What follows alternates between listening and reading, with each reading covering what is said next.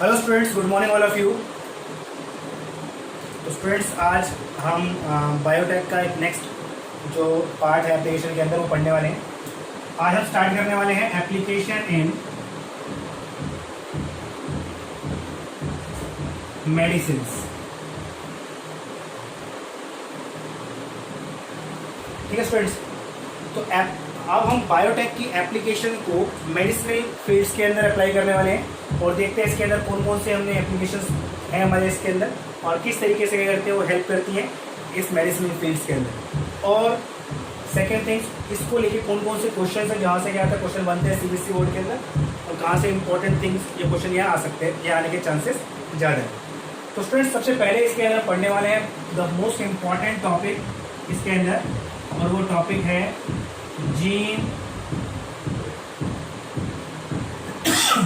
Therapy. Gene therapy क्या होती है, पहले इसको हम सिंपल वे में समझते हैं, ठीक है। फिर इसको हम एग्जांपल लेके समझेंगे ताकि आपको अच्छे से क्लियर हो जाएगी क्या है ये। और this topic is very very important. Okay, अब सुनो, जीन थेरेपी का मतलब सिंपल सा है, जैसे हम कोई भी थेरेपी अपनाते हैं, ठीक है। जैसे जीन थेरेपी का सिंपल सा अगर मैं मेन बात करूँ तो रिप्लेसमेंट करना, किसको, ओल्ड जीन के साथ एक न्यू वन या डैमेज जीन के साथ न्यू वन। जैसे सिंपली अगर मैं बात करूँ, कोई मोबाइल या कोई भी इलेक्ट्रॉनिक आइटम होता है, उस इलेक्ट्रॉनिक आइटम में मान लीजिए कोई स्पेयर पार्ट्स क्या होता है, ख़राब हो जाता है उसको। अब उस पार्ट्स को हम क्या करते हैं, न्यू वाले के साथ क्या करते हैं, रिप्लेस कर देते हैं। तो वो क्या होता है, नॉन फंक्शनल से फंक्शनल फॉर्म में क्या होता है वो डिवाइस आ जाती है, चाहे वो मोबाइल हो, लैपटॉप हो, चाहे कुछ और। ओके, तो हम क्या करते हैं, सिंपली हमारे पास जैसे दो चीज़ें हैं, जैसी दो मोबाइल हैं, जैसे इस मोबाइल के अंदर एक फंक्शनल फॉर्म के अंदर है कोई पर्टिकुलर पार्ट्स, जिसके अंदर इस फ़ोन के अंदर क्या हो चुका है, वो डैमेज हो चुका है। तो हमें इसको निकाल के इसके अंदर क्या करना है, फिट कर रहे हैं, इसके अंदर वो फंक्शन क्या होगा, स्टार्ट हो जाएगा। तो इसी तरीके से मान लीजिए हम जीन थेरेपी के अंदर क्या करते हैं कि जो जीन क्या होते हैं, इंपॉर्टेंट होते हैं सर्वाइवल के लिए, फॉर एग्जांपल वो जीन क्या है, म्यूटेट हो गए हैं, डैमेज हो गए हैं या नॉन फंक्शनल हो गए हैं किसी वजह से, तो उसको हम क्या करते हैं, न्यू जीन से क्या करते हैं, रिप्लेस कर देते हैं। ये दिख रहा है काफ़ी सिंपल, लेकिन थोड़ा सा कॉम्प्लिकेटेड है, लेकिन बहुत एडवांस्ड फील्ड है हमारी ये। अगर ऐसा पॉसिबिलिटीज़ हो जाती है आने टाइम के अंदर, तो बहुत सारी चीज़ें क्या हैं, बहुत सारी बीमारियां जो हैं, जो बोलते हैं इनक्योरेबल हैं, वो ठीक हो सकती हैं, ठीक है। तो इसके अंदर एग्जांपल समझते हैं। पहले समझते हैं कि जीन थेरेपी के अंदर एग्जांपल समझ रहे हैं कि उसका नॉर्मल काम क्या है, तो उसके अंदर हम जीन म्यूटेट होगा, फिर उसके बाद उसके अंदर प्रॉब्लम्स क्या क्या होंगी। तो सिंपली इसके अंदर से हमारे पास एक बीमारी है, बीमारी का नाम है इसके अंदर है SCID, नाम है इसका severe combined immuno deficiency syndrome, ठीक है। Severe combined immuno deficiency syndrome, SCID, ये SID, इस तरीके से हम क्या करते हैं, इसको स्पेल करते हैं। अब ये बीमारी एक्चुअली ये है कि इसके अंदर क्या होता है, एक इम्पॉर्टेंट जीन है किसी पेशेंट के अंदर, और जीन का नाम क्या है, ADA, फुल फॉर्म है इसकी एडिनोसिन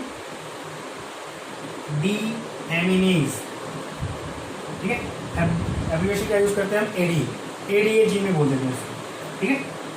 अब ये सिंपल सी बात है, ये कोई एक एंजाइम है एडिनोसिन डीएमिनेज, जो क्या कर रहा है, कोई पर्टिकुलर कोई जीन क्या है, प्रोड्यूस कर रहा है। फॉर एग्जांपल इस जीन को यहाँ ना लिखकर मैं यहाँ लिख देता हूँ, जैसे ये कोई जीन है, ADA जीन बोलते हैं इसको, ठीक है। ये जीन है और ये नॉर्मल जीन है जो एक नॉर्मल ADA बना रहा है।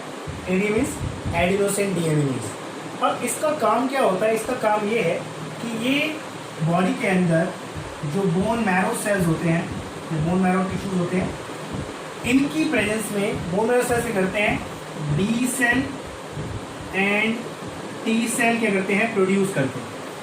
अब B सेल और T सेल्स क्या है, ये B सेल और ये T सेल जो है ये क्या करते हैं, इम्यूनिटी प्रोवाइड करते हैं, ठीक है। मेनली क्या है, दो टाइप की इम्यूनिटी होती है, T सेल मेडिएटेड इम्यूनिटी और एक होता है B सेल मेडिएटेड इम्यूनिटी। तो इसके क्या करते हैं, प्रोवाइड करने में हेल्प करते हैं, और यही आपकी बॉडी का इम्यून सिस्टम होता है और बॉडी को इम्यूनिटी प्रोवाइड करने में करते हैं, हेल्प करते हैं। तो दैट मीन्स अगर ये नॉर्मल प्रोड्यूस हो रहा है जीन नॉर्मल है, तो नॉर्मल क्या होगा, एडिनोसिन डीएमिनेज प्रोड्यूस होगा, और बोन मैरो क्या करेंगे, इनकी प्रेजेंस में क्या करेंगे, normal B cell and T cells क्या करेंगे, प्रोड्यूस करेंगे। और अगर ये नॉर्मली प्रोड्यूस हो रहे हैं तो ये क्या करेंगे, सिंपल सी बात क्या है, इम्यूनिटी प्रोवाइड करेंगे, ठीक है, जो एक नॉर्मल इम्यूनिटी क्या होती है किसी इंडिविजुअल्स के अंदर मिलती है उसको। लेकिन क्या हुआ, अगर मान लीजिए ये जीन क्या होता है, फॉर एग्जांपल ये जीन जो है ये क्या हो जाता है, म्यूटेट हो जाता है, ठीक है, या क्या हो गया, डैमेज हो गया, म्यूटेट हो गया, नॉन फंक्शनल हो गया किसी भी वजह से। अब ये अगर म्यूटेट हो गया, ये अगर डैमेज हो गया, ये अगर नॉन फंक्शनल हो गया, तो सिंपल सी बात है एडेनोसिन डीएमइनेज क्या होगा, प्रोड्यूस नहीं होगा। ये प्रोड्यूस नहीं हुआ तो सिंपल सी बात है बी सेल और टी सेल्स क्या होंगे, प्रोड्यूस नहीं होंगे। और अगर ये प्रोड्यूस नहीं हुए तो उस इंडिविजुअल की या उस पेशेंट की जो एक्स है उसकी इम्यूनिटी क्या हो जाएगी, वीक हो जाएगी, ठीक है। और अगर उसकी इम्यूनिटी ही वीक हो गई तो सिंपल सी बात है क्या होगा, वो इंडिविजुअल ज़्यादा समय सर्वाइव कर नहीं पाएगा, क्योंकि नॉर्मल से नॉर्मल बीमारी जो सिंपली हो जाती है अपने आप ठीक हो जाती है, वो बीमारी भी क्या होगी उसको हो जाएगी।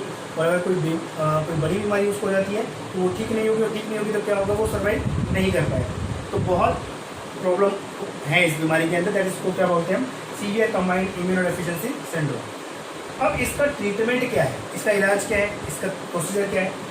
अब सिंपली बात है, हमने क्या किया, बायोटेक ने आरडीएनए टेक्नोलॉजी का इस्तेमाल किया, और इस्तेमाल करने के बाद उन्होंने क्या किया, ये जो नॉर्मल जीन है that is the ADA gene, सबसे पहले क्या किया, इसको आइसोलेट कर लिया, ठीक है। फंक्शनल एडीए जीन को क्या किया, आइसोलेट कर लिया। आइसोलेट करने के बाद इस जीन को क्या किया, इसका इन्फ्यूजन किया किसके साथ, इनके अंदर लिम्फोसाइट्स के अंदर। ये क्या इम्यून सेल है, इसको लिम्फोसाइट्स। इन लिम्फोसाइट्स के अंदर with the help of the retrovirus क्या कर दिया, उनको इंट्रोड्यूस कर दिया किसके अंदर, लिम्फोसाइट्स को।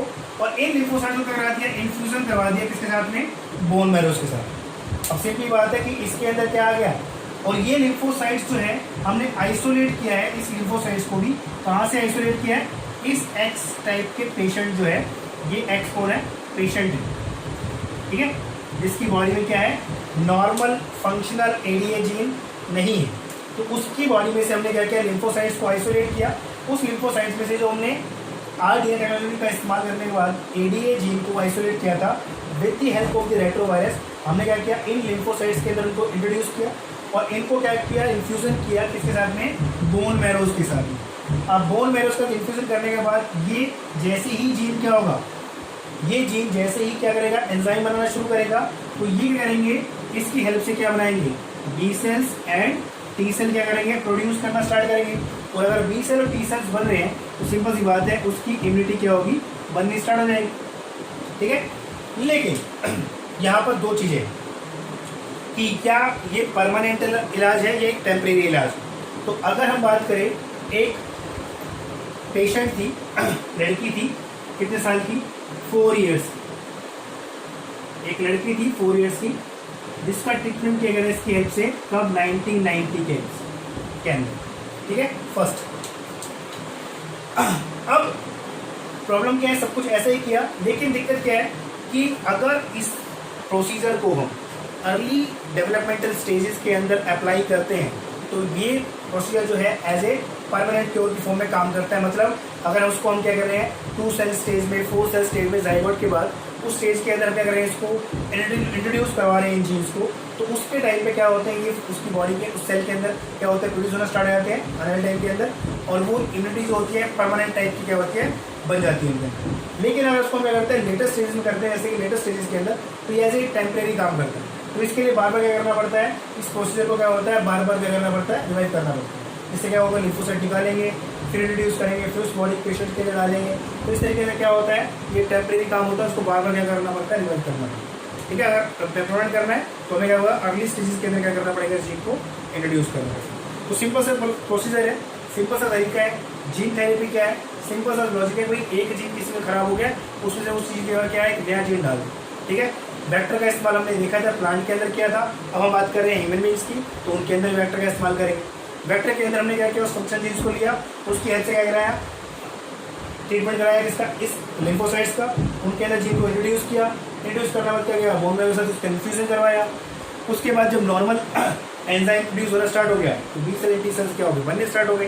तो इस तरीके से हम अगर ये देखो आप समझ सकते हो कि अगर इस तरीके से सारे जीन्स जो भी हैं वो रिप्लेस होना स्टार्ट हो जाएगा न्यू वन, तो जनरली क्या बीमारी बहुत हद तक क्या होगी, ठीक हो जाएगी और बहुत कम नंबर्स रह जाएंगे किसी बीमारियों के इस तरीके से अगर इलाज होना स्टार्ट हो गया। तो बहुत प्रॉमिसिंग रिजल्ट जो होती है बायोटेक प्रोवाइड कर रही है आने वाले फील्ड के अंदर भी, आने वाले टाइम के अंदर भी बहुत प्रॉमिसिंग रिजल्ट देने वाली है बायोटेक, इसलिए क्या है इसका स्कोप क्या धीरे धीरे बढ़ता हो जाए। ठीक है स्टूडेंट्स, तो ये था हमारे पास जीन थेरेपी मेडिसिन फील्ड्स के अंदर एप्लीकेशंस के अंदर बहुत इंपॉर्टेंट है, अच्छे से पढ़ लेना। ठीक है, और इसके आने के चांसेस क्या है, काफ़ी ज़्यादा है। अभी के लिए थैंक यू सो मच।